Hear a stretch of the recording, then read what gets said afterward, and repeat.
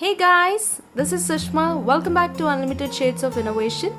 If you haven't subscribed to my channel, please do subscribe and click on the bell icon to make sure you don't miss any update. So in this video, let's see how to upcycle waste cardboard rolls. So the material required for this project is very minimum, just cardboard roll and then couple of pattern papers, and you can use any adhesive to stick it to the pattern paper.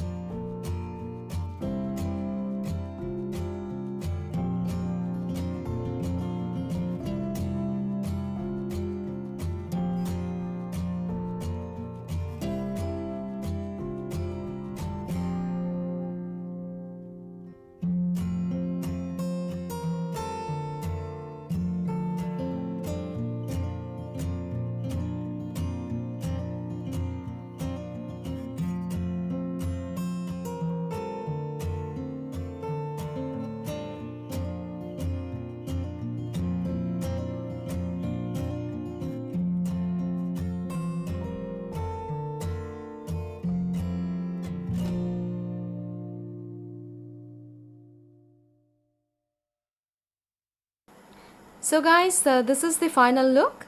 Do give it a try and let me know your feedback in the comment section.